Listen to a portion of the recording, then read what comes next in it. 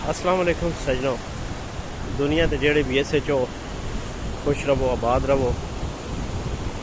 Indonesia का शहर एक छोटा जिहा जजीरा समुंदर का है, बाली है, उसकी बंदरगाह है, उसकी बीच है, बंदरगाह पे ना बीच है। अज फिरने वास्ते आए अस। बड़ा अच्छा सारा माहौल है, बड़ा सोहना, बड़ा खूबसूरत माहौल है। पानी का शोर और ठंडा पानी, लहर उठदियां पियां, क्या बात। निक्के निक्के बच्चे भी नहाते पे। बाकी बीच का माहौल जोड़ा पिछला वो विखाने वाला नहीं, इस वास्ते जनाब असी समुंदर वाले पास रखते हैं।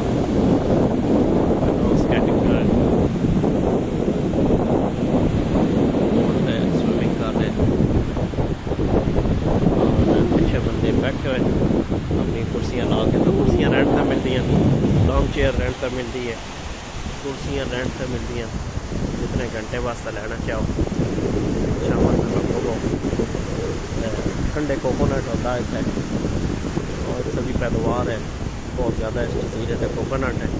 और कोकोनट एडा सस्ता कोई नहीं, इतों तो 35,000 का पाकिस्तानी हम कन्वर्ट करके दसा पता नहीं कितने का बनता। बहरहाल बहुत ठंडा, बहुत मिठा पानी होता उसका, पी लीए तो अंदर सुकून हो जाता। एक बार पता लगता अंदर कोई ठंडी शह गई है।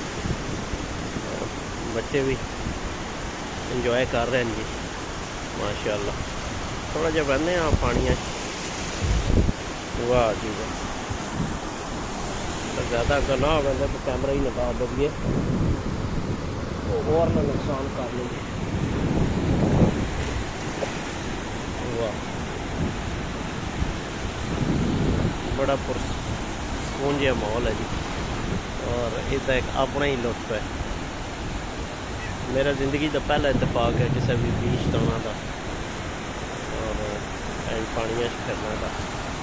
जिंदगी बाहर निकलना चाहिए, जल्ला सहूलत देवे, आसानियाँ देवे, गुंजाइश देवे। दुनिया वेखनी चाहिए, दुनिया फिरना चाहिए। इंसान बाहर निकलता तो पता लगता कि दुनिया कितनी खूबसूरत है, के नज़ारे हैं, चिकन दुनिया जिंदगी गुजार रही है। उन्होंने मिलना का इतफाक होता हम इतने ही। क्योंकि ज़रा हिंदुज़म इतना ज़्यादा 99% लोग इतने हिंदू मत नाल ताल्लुक़ रखते, और 1% जो है वो क्रिश्चियन है। तकरीबन 100% ही कह सकते हैं आप जजीरा जरा गैर मुसलमान का। इतने कोई गिने चुने लोग मुलाजमत आस्ते इंडोनेशिया के, जिमें जकार्ता और सपुत्रा और बाकी शहर जोड़े हैं जिन्हें 99% मुसलमान हैं, उन्होंने मुल्क जो आए हुए तो मुलाजमत आस्ते। हूँ एक जगह असी बैठे आस पिछे एक मुसलमान भरा मिले, वो एक दुकान पर मुलाजम है कोकोनट वाले ते, उसका नाफर की। मैं आस के आके मैं यार मुसलमान भरा तू सन लदा अज 3 दिहाड़ियों के बाद एक बंदा कम अज़ कम कोई सन एक कोकोनट गिफ्ट ही पिला। कहता जी मैं इतना मुलाजम हाँ, मेरा बॉस जोड़ा वो नहीं इजाज़त देता, अगर मेरा अपना होता तो मैं ज़रूर पिवावा। तो बहरहाल मैं तो कश्तियाँ जो अपना कुर्सियाँ जोड़ा ये दे सकता, तुम जितनी देर भी चाहो छतरी देना तो कुर्सी देना, इतने तुम बैक इंजॉय कर सकते। अगर मैं कुर्सी छतरियाँ लिया, छतरी थला कुर्सियाँ लाइया, 200 रुपये हैं वो हूँ गए हुए अंदर शहर खाने वास्ते। मैं हूँ थोड़ा आख्या मैं तुर फिर लवा,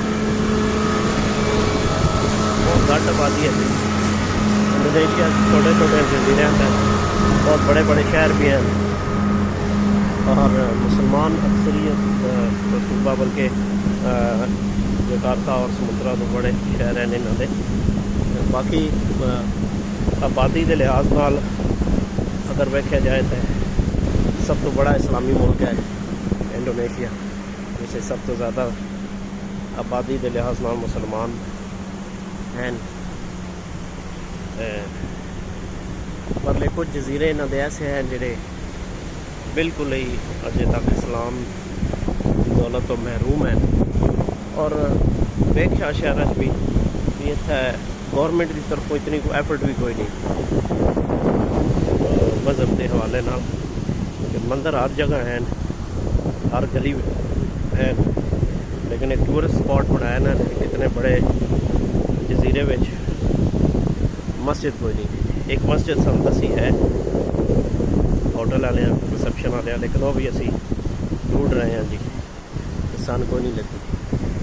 बाकी हम बदल आना शुरू हो गए, तो वेख रहे हो एकदम नहीं बदल आए, बड़ी तेज़ धुप आई और हम बदल आना शुरू हो गए।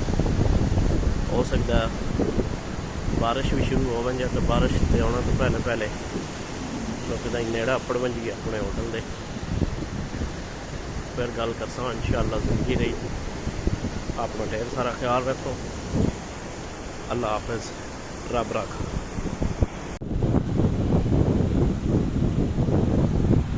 बोर्ड हैं इतों मिलते हैं रेंट पे, वो नारियल वास्ते जगह जगह इन्होंने नारियल के ढेर लाए हुए इतने कट के थे उस वक्त तो ढक्कन जो गल बना के तो पाइप रख के देंगे जी पीने वास्ते।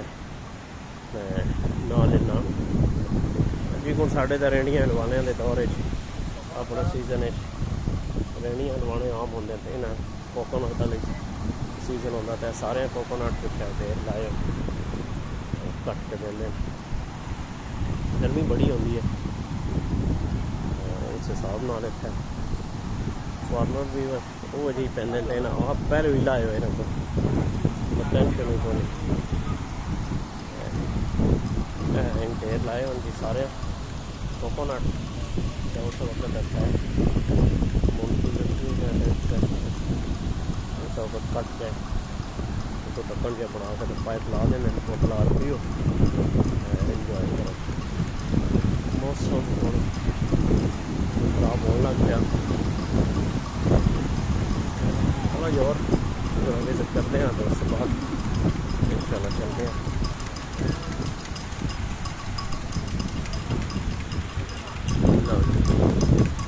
मौसम वाला दसता पे अब काम खराब है, टुक शुरू है, हवा तेज़ होने लग गई समंदर चो।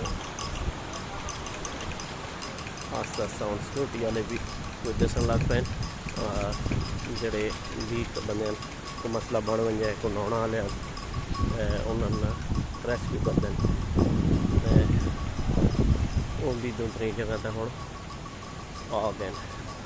आस्ता आस्ता जो मौसम खराब होया तो लोग कट सन या कोलान वगैरह उसी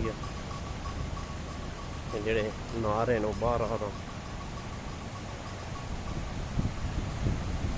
है। कूटा जी बीच है जी, तो नज़ारा करा छड़ते हैं जरा बीच का। दिस इज कूटा बीच बाली। लो जी सी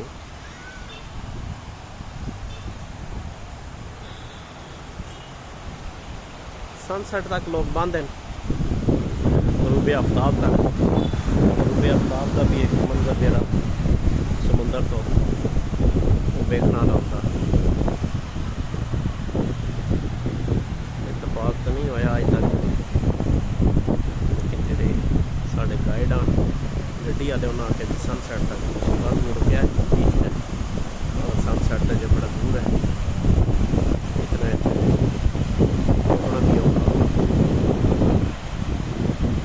इजाज़त लेने जी, अगों कोई और शहर विकसा तो इजाज़त दो, हंसते बसते रहो, खुश रहो, रब रखा।